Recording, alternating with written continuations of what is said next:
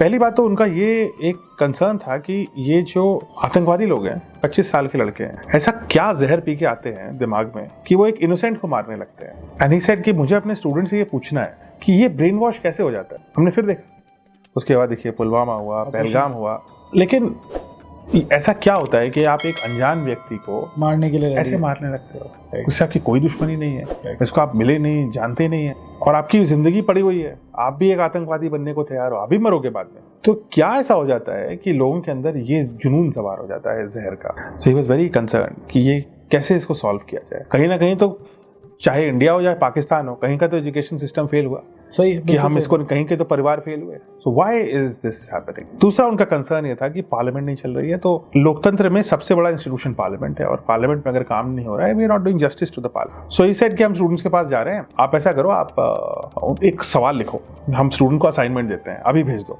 कि ये असाइनमेंट है, इसको आप SMS कर दो या जैसे भी हो फोन पे बता दो। और तो उन्होंने सवाल लिखा, this is happening and I want the students to prepare a 5-minute presentation on how should we break deadlocks in Parliament, ताकि पार्लियामेंट में कोई डेडलॉक कभी ना आए, और अगर आ जाए तो उसका रेजोल्यूशन क्या होगा।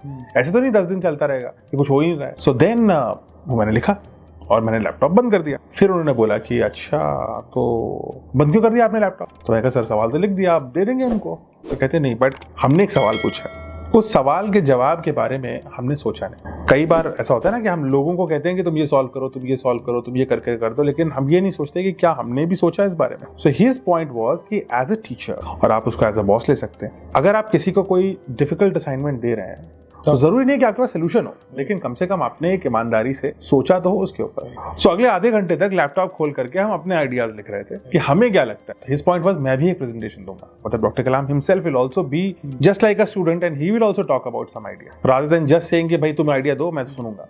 सो participation of authority is important in a decision making, तभी डेमोक्रेसी है।